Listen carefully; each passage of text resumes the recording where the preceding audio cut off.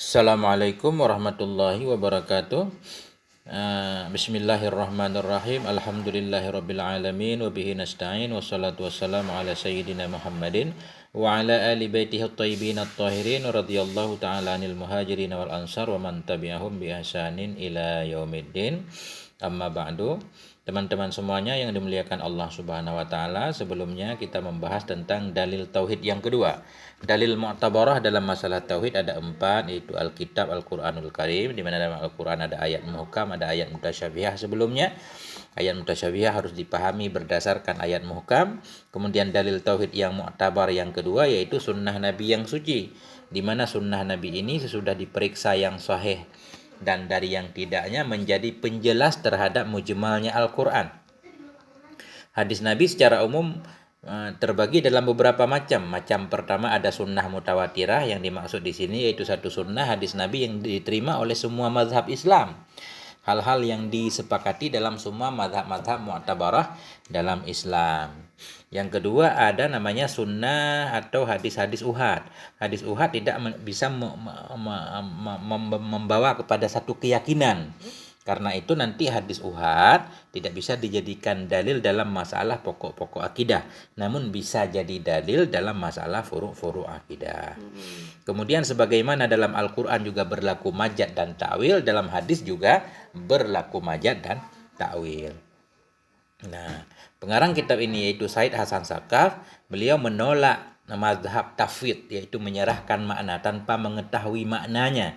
Nah, karena kata beliau tujuan diturunkan Al-Quran yaitu untuk dipahami maknanya, bukan untuk dijahili maknanya.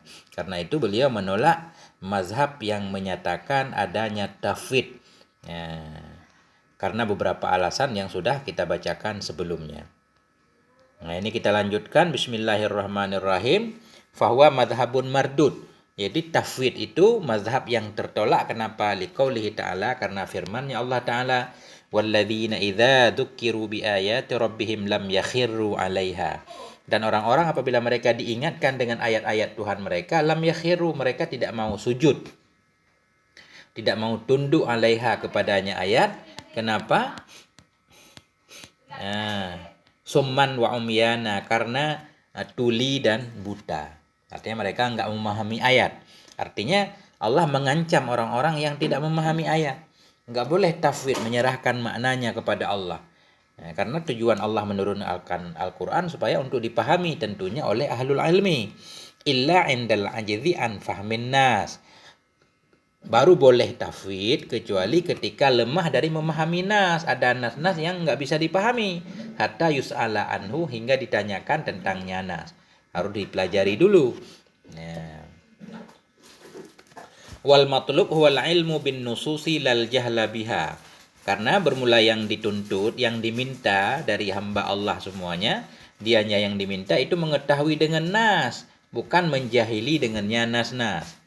Li'adillatin katsirah, karena dalil-dalil yang banyak. Banyak dalil Al-Quran yang menganjurkan kita, khususnya ulamanya, untuk memahami nas Quran, bukan untuk menyerahkan maknanya kepada Allah.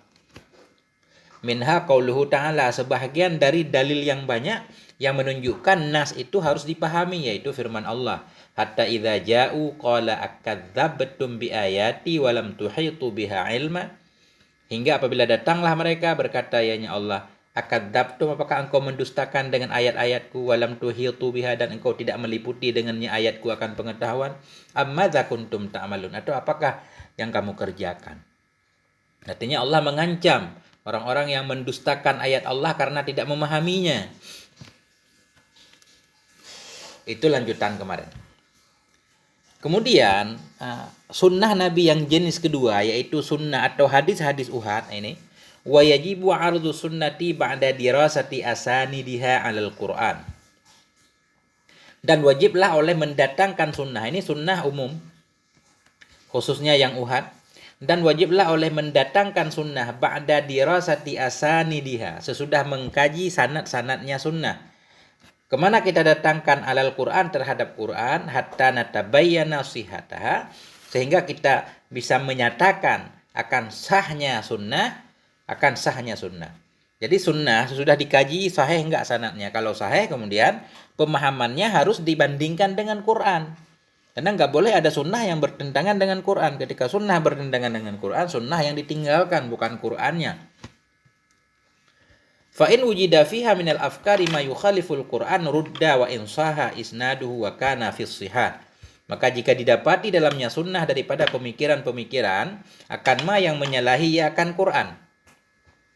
Bila hadis-hadis Nabi sesudah dikaji sahih sanadnya, kemudian didapati di dalam hadis itu pemikiran-pemikiran atau makna-makna yang menyalahi Quran, rudda, niscaya ditolak akan dianya sunnah tadi.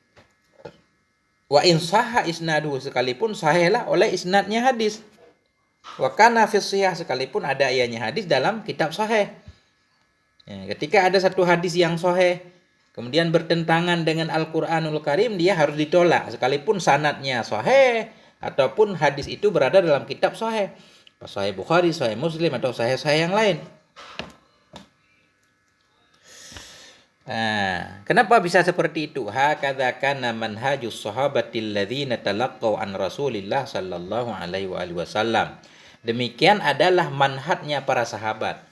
Sahabat alladzi talaqqau yang menerima langsung mereka dari Rasulullah sallallahu alaihi wasallam, hinama yasma'u hadisan yukhaliful Quran, ketika mereka mendengar akan satu hadis yang menyalahi akan Quran. Begitulah metode para sahabat. Ketika mereka mendengar satu hadis yang bertentangan dengan Quran, mereka menolaknya, meninggalkannya.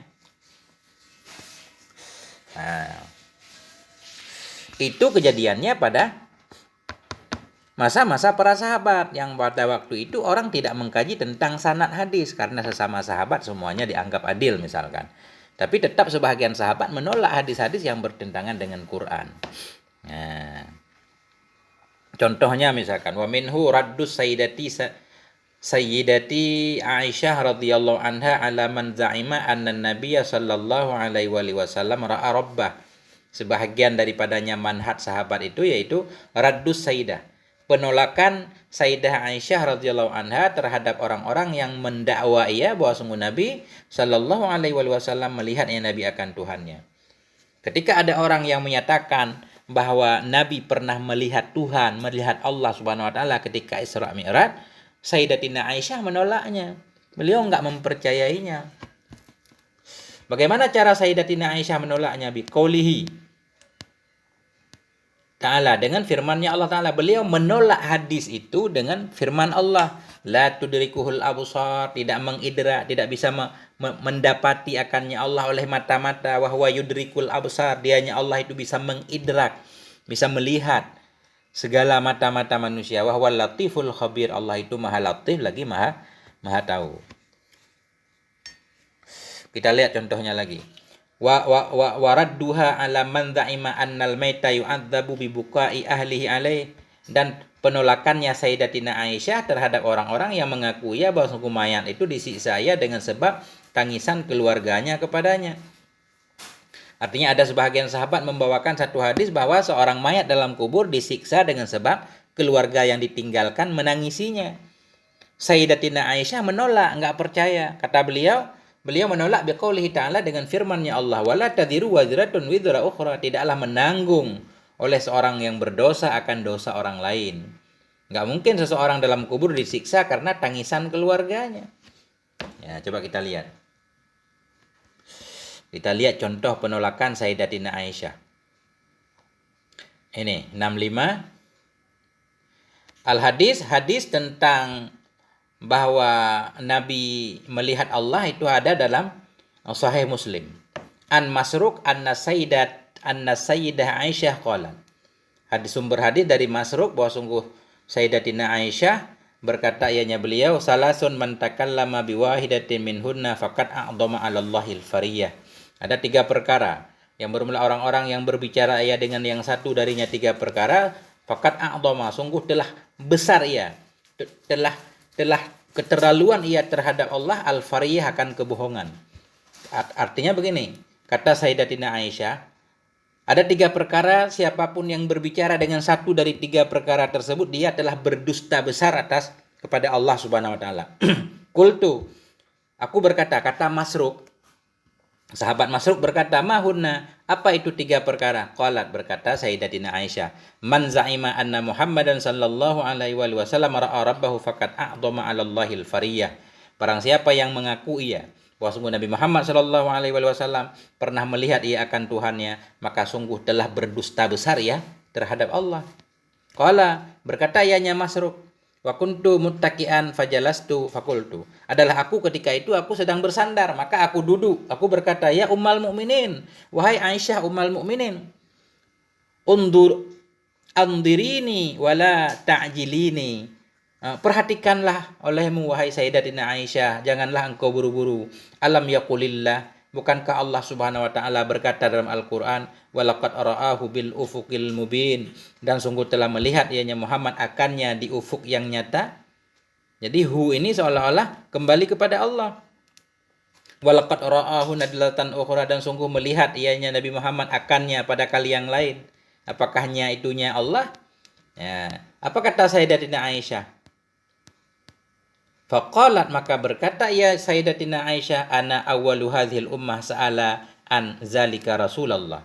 Saya ini awal-awal ini umat yang bertanya ayat tentang demikian ayat akan Rasulullah sallallahu alaihi wasallam. Saya orang pertama bertanya kepada Nabi apa maksud ayat walaqad ra'ahu. Sungguh telah melihat ianya Muhammad akannya. Innama huwa Jibril, hanya saja dianya yang dilihat oleh Nabi yaitu Jibril. Bukan Allah. Lam arahu ala suratihi allati khuliqa 'alaiha ghaira hatainil marrataini. Artinya kata Nabi, tidak aku lihat akannya Jibril di atas bentuknya, bentuk allati yang diciptakan akannya Jibril di atasnya bentuk selain 2 kali. Artinya kata Nabi, aku tidak pernah melihat Jibril dalam bentuk aslinya kecuali 2 kali itu. Ra'aituhu munhabitan. Aku melihat akannya Jibril dalam keadaan turun minas sama dari langit, saddan idhamu khalaqih, yang tertutuplah oleh kebanyakan makhluknya, ma bainas sama ilal ardi. Artinya malaikat ketika itu dalam bentuknya yang asli menutup ufuk, menutup langit. Begitu besarnya. Jadi manhaj para sahabat berdasarkan penjelasan dalam kitab ini, para sahabat itu menolak hadis yang sahih sekalipun bila bertentangan dengan Al-Quranul Karim. Salah satunya yang pertama yaitu Sayyidatina Aisyah menolak hadis yang menyatakan dalam hadis itu bahwa Nabi pernah melihat Allah. Sayyidatina Aisyah enggak percaya kalau Nabi pernah melihat Allah. Adapun ayat walaqad ra'ahu bil ufuqil mubin, itu Nabi melihat Jibril dalam bentuknya yang asli. Kemudian contoh kedua, ruwiya fi sahihil Bukhari, diriwayatkan dalam kitab Sahih Bukhari dan Sahih Muslim, dzukira inda Aisyah qaula Ibni Umar, disebutkan orang di depan Aisyah akan perkataan Ibnu Umar. Apa kata Ibnu Umar? Al-maitu yu'adzabu bi bakai ahli alaih. Mayat itu akan disiksa dengan sebab tangisan keluarganya kepadanya. Mayat akan disiksa dalam kuburnya dengan sebab tangisan keluarganya kepadanya. Artinya keluarganya menangis, mayat itu disiksa gara-gara tangisan keluarga. Faqalat, berkata ianya Sayyidatina Aisyah. Sayyidatina Aisyah menolak hadis ini. Bagaimana cara beliau menolak? Rahimallahu Aba Abdurrahman. Semoga merahmati oleh Allah akan Aba Abdurrahman. Aba Abdurrahman yaitu Ibnu Umar. Sami'a syai'an. Aba Abdurrahman telah mendengar sesuatu, falam yahfadhu, maka tidak menghafal ia akannya. Mungkin Ibnu Umar ini, kata Sayyidatina Aisyah, telah mendengar sesuatu dan beliau tidak menghafalnya, lupa. Innama marrat ala Rasulillah sallallahu alaihi wasallam janazatun yahudiyun wa hum yabkuna alaihi faqala. Jadi Sayyidatina Aisyah meluruskan pemahaman hadis Ibnu Umar ini. Kata Sayyidatina Aisyah, hanya saja lewatlah kepada Rasulullah sallallahu alaihi wasallam oleh satu jenazah Yahudi. Jadi jenazah Yahudi lewat di depan Rasul, wahum yabkun, sementara Yahudi itu menangis kepadanya. Artinya keluarga Yahudi itu menangisi Yahudi yang meninggal. Faqala, Nabi berkata, antum tabakuna wa innahu la yu'azzab. Engkau menangis, dia itu diazab.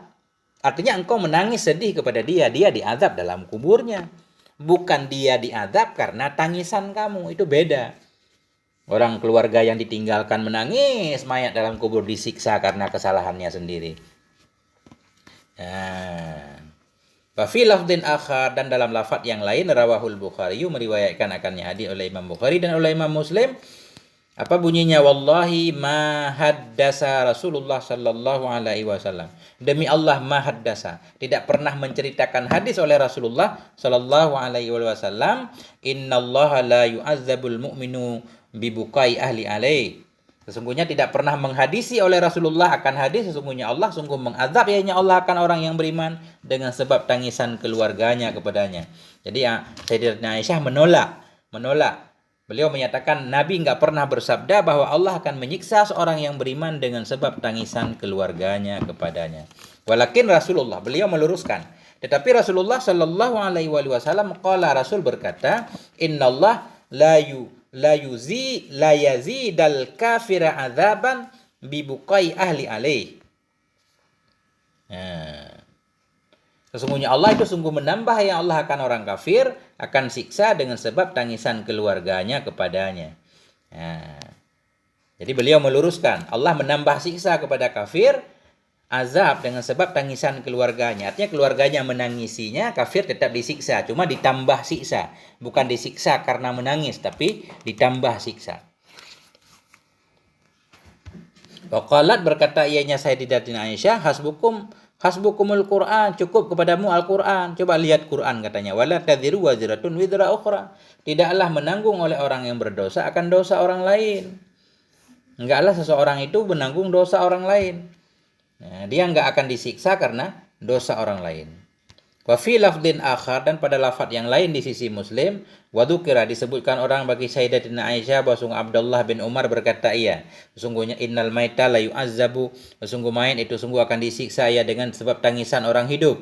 Faqalat Aisyah, berkatalah oleh Aisyah, yaghfirullahu li Abi Abdurrahman, semoga mengampuni oleh Allah bagi Abi Abdurrahman, amma innahu lam yakdzib, sesungguhnya Abdurrahman itu dia nggak pernah bohong, walakinnahu nasiya, tapi beliau itu bisa lupa atau tersalah. Innama marra Rasulullah, hanya saja lewatlah oleh Rasulullah sallallahu alaihi wasallam ala Yahudiyah, terhadap seorang perempuan Yahudi, yubka alaiha, yang ditangisi orang kepadanya Yahudiyah. Artinya Sayyidatina Aisyah meluruskan Nabi melewati satu jenazah Yahudiyah, perempuan Yahudi meninggal, keluarganya menangisinya. Kemudian Nabi berkata, innahum la yabkuna 'alaiha, mereka keluarganya menangisi jenazah tersebut. Wa innaha la tu'azzabu fi qabriha, sementara dia itu disiksa dalam kuburnya. Artinya wanita itu disiksa dalam kubur bukan karena tangisan keluarga, memang dia disiksa karena kesalahannya, keluarganya menangis karena sedih kepadanya. Begitulah manhaj para sahabat dalam memahami hadis-hadis Rasulullah sallallahu alaihi wasallam. Begitu ketemu satu hadis yang bertentangan dengan ayat, langsung ditolak. Kita lanjutkan. Wa makna hadza anna khabar al-wahid yufidud dhanna wa la yufidul ilma fala yubna alaihi aslul i'tiqad. Bermula makna ini bahwa sungguh manhajnya para sahabat yaitu menolak hadis-hadis sekalipun sahih sekalipun bila bertentangan dengan Quran. Bermula makna ini bahwa sungguh khabar wahid maksudnya hadis uhad memberi faedah ia akan zan, hanya memberi faedah zan. Ya. La yufidul ilma, tidak memberi faedah ia akan ilmu, artinya tidak sampai kepada tingkat yakin. Karena tidak meyakinkan, fala yubna alaihi aslul i'tikad, maka tidak dibangun di atasnya khabar wahid akan asal i'tikad. Enggak boleh pokok-pokok akidah dalilnya hadis uhad karena tidak meyakinkan. Wa innama tubna alaihi al-furu'ul aqaidiyyah wal fiqhiyyah. Hanya saja dibangun di atasnya khabar uhad akan furu' akidah, dan akan furu' fiqhiyah. Makanya dalam masalah fiqh itu banyak khilaf pendapat karena boleh dalilnya jadi dari khabar wahid, hadis uhad. Jadi hanya saja dibangun di atasnya hadis uhad akan furu' akidah dan fiqhiyah. Itu pun ada syaratnya, idza lam yujad, apabila tidak didapatkan akan ma yang bertentangan dia ma akannya, apabila tidak didapati akan ma yang menentang ianya ma, yang menentang ianya khabar uhad akannya ma. Apa ma itu minal kitab atau minas sunnatil lati hiya aqwa minhu, atau dari sunnah allati yang dia sunnah itu lebih kuat darinya khabar uhad. Ya, hanya saja dibangun di atasnya khabar uhad yaitu furu' akidah dan fiqh. Itu pun bila tidak didapati akan ma maksudnya dalil-dalil yang lain, yu'ariduhu yang menentang ianya dalil yang lain, akannya khabar wahid. Apa dalil yang lain, baik dari kitab Al-Quran atau dari sunnah, yang sunnah itu lebih kuat dari khabar uhad. Khabar uhad boleh jadi dalil dalam masalah furu' akidah selama tidak ada dalil lain dari Al-Quran atau dari dalil lain sunnah Nabi yang lebih kuat yang menentangnya. Kalau menentang ketika itu nggak boleh dipakai. Fas-sahabatu raddu khabar al-wahid ahyanan. Maka bermula para sahabat itu mereka menolak khabar wahid sewaktu-waktu. Kapan mereka menolak khabar wahid? Wa zalika fi hali mu'aradatihi lima huwa aqwa minhu mimma yufidu bi annahum i'taqadu bi annahu yufidu dhanna wa la yufidul ilma. Ya. Para sahabat pun menolak khabar wahid sewaktu-waktu. Demikian itu kejadiannya pada ketika bertentangannya khabar wahid bagi dalil yang lain yang huwa yang dianya dalil itu lebih kuat darinya khabar wahid. Mimma yufidu bi annahum i'taqadu. Dari hal itu bisa memberi faedah menghasilkan bahwa sungguh mereka para sahabat itu meyakini bahwa sungguhnya khabar wahid itu yufidud dhan, hanya menghasilkan prasangka, tidak menghasilkan ilmu dan keyakinan.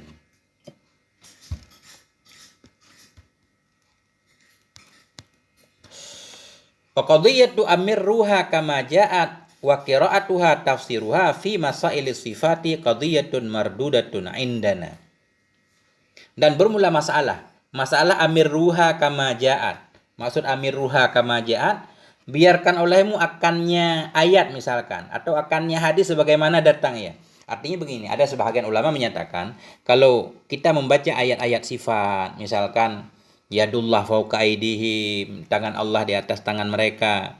Ada sebahagian ulama menyatakan amirruha, biarkan olehmu. Amirruha, lalukan olehmu akannya ayat sebagaimana yang datang, ya, enggak usah diterjemahkan. Nah, artinya tafsir maksudnya. Qira'atuha tafsiruha, membacanya ayat itulah tafsirnya ayat. Artinya tafsirnya ayat ya cukup dibaca saja. Enggak usah ditakwil, enggak usah diartikan, diserahkan maknanya kepada Allah. Jadi masalah amirruha kama ja'at wa qira'atuha tafsiruha fi masailis sifat, pada masalah-masalah sifat, qadhiyatun mardudatun, itu masalah yang tertolak indana di sisi kami. Beliau tidak menerima tentang tafwid. Jadi enggak di ayat dibaca doang tapi tidak dimaknai, tidak dipahami. Ya. Kenapa beliau menolak masalah membaca ayat-ayat sifat tersebut, yaitu itulah tafsirnya, cukup membacanya saja. Li'annaha tahuddu ala adamil ilmi bima'anin nusus, karena bahwa sungguhnya qadhiyah masalah seperti itu, tahuddu itu mengajak ayat kepada tidak mengetahui dengan makna-makna nas. Berarti kita tidak mempelajari nas, hanya membaca saja, dan membacanya itulah terjemahannya. Enggak seperti itu. Wa huwa khilaful matlub aqlan wa naklan. Dianya demikian. Dianya tidak mengetahui dengan makna nas, itu khilaful matlub. Itu berlawanan dengan yang dianjurkan baik secara akal dan nakal. Karena secara akal dan nakal setiap ayat yang diturunkan oleh Allah untuk dipahami, bukan diserahkan maknanya kepada Allah.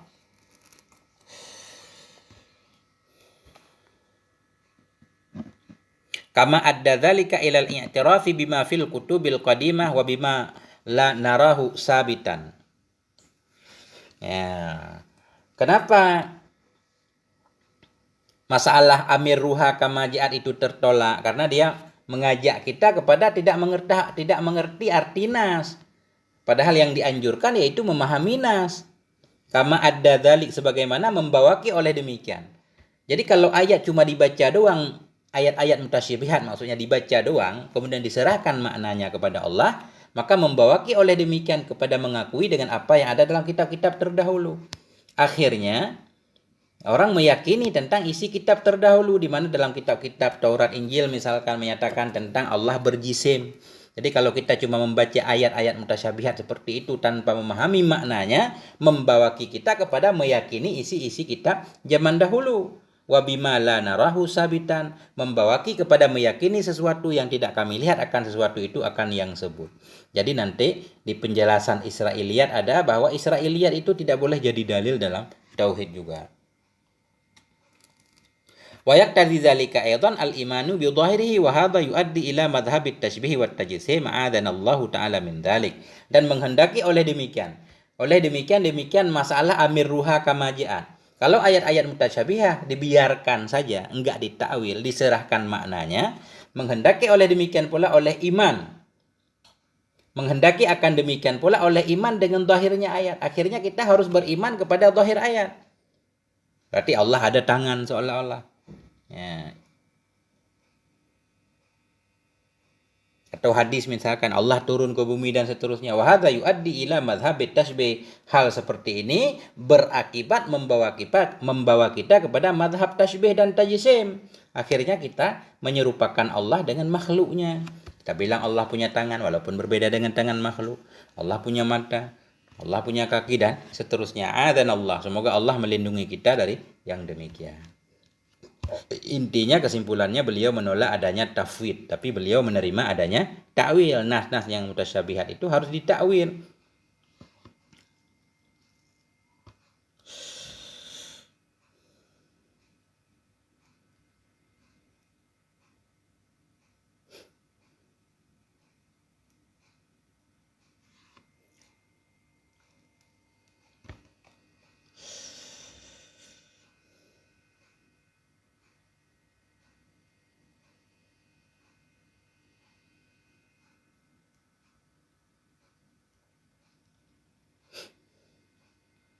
Kita lihat 67. Jadi kata beliau masalah membiarkan ayat cuma membaca saja tidak memahami maknanya itu mardudun, tertolak. 67. Qala al-Hafidz Abu Hayyan, berkatalah oleh al-Hafidz Abu Hayyan rahimahullahu taala dalam tafsir beliau yaitu Al-Bahrul Muhit. Apa kata beliau? Wa qala qaumun, berkatalah oleh kaum minhum sebahagian dari mereka kaum yaitu Qadhi Abu Bakar bin Thayyib. Apa kata beliau? Hadhihi kulluha sifatun zaidatun 'ala dzat. Bermula ini seluruhnya ini itu sifat-sifat yang lebih ya di atas zat. Sahabitatun lillah, lagi yang sebut bagi Allah Ta'ala min ghairi tashbihin, tanpa menyerupai, wala tahdidin, tanpa membatasi.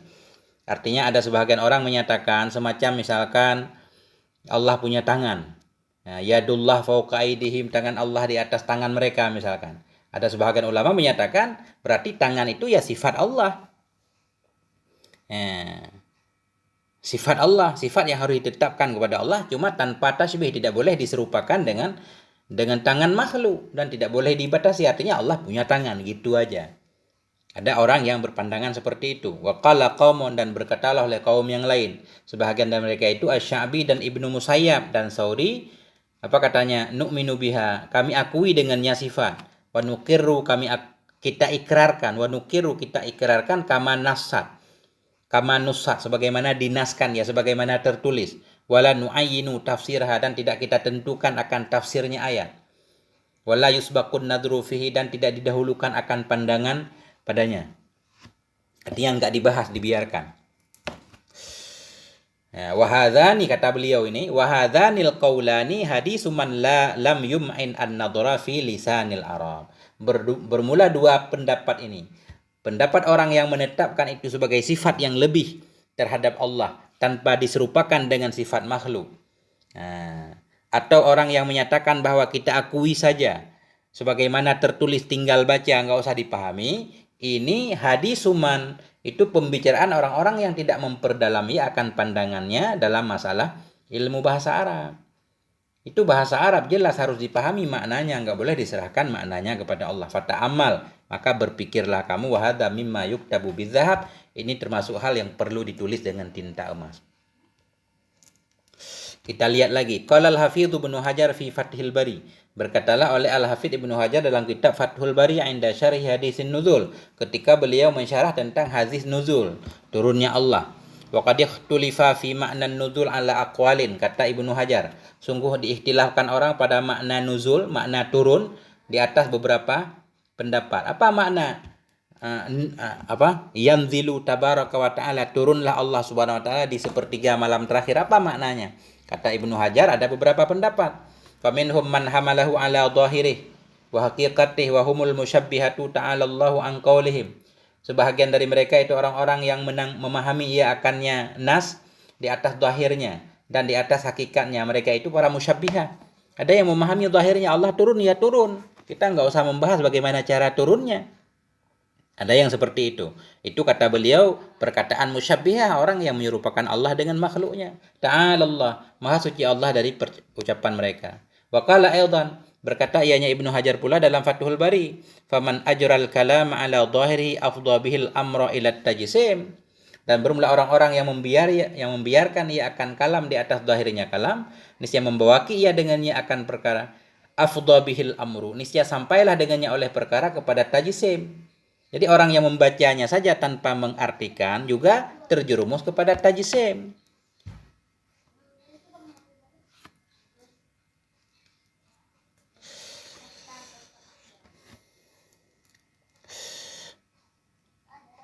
Wa man lam yattadhih lahu, dan orang-orang yang tidak jelas ianya nas baginya. Wa alima annallah, dan yakin ya sesungguhnya Allah itu bersih dari alladzi yang dikehendaki akannya oleh zahirnya. Orang-orang yang jelas baginya, dia yakin Allah itu suci, bersih dari menyerupai makhluknya. Imma ayyukadziba nakalat, adakala dia mendustakan akan orang yang meriwayatkannya hadis, wa imma ayyu awilah, adakala dia mentakwilnya hadis. Enggak ada cara. Orang yang meyakini bahwa Allah berbeda dengan makhluknya, ketika berhadapan dengan hadis-hadis seperti ini, hadis nuzul misalkan, adakala dia menolak hadis itu atau menerimanya dan mentakwilkannya.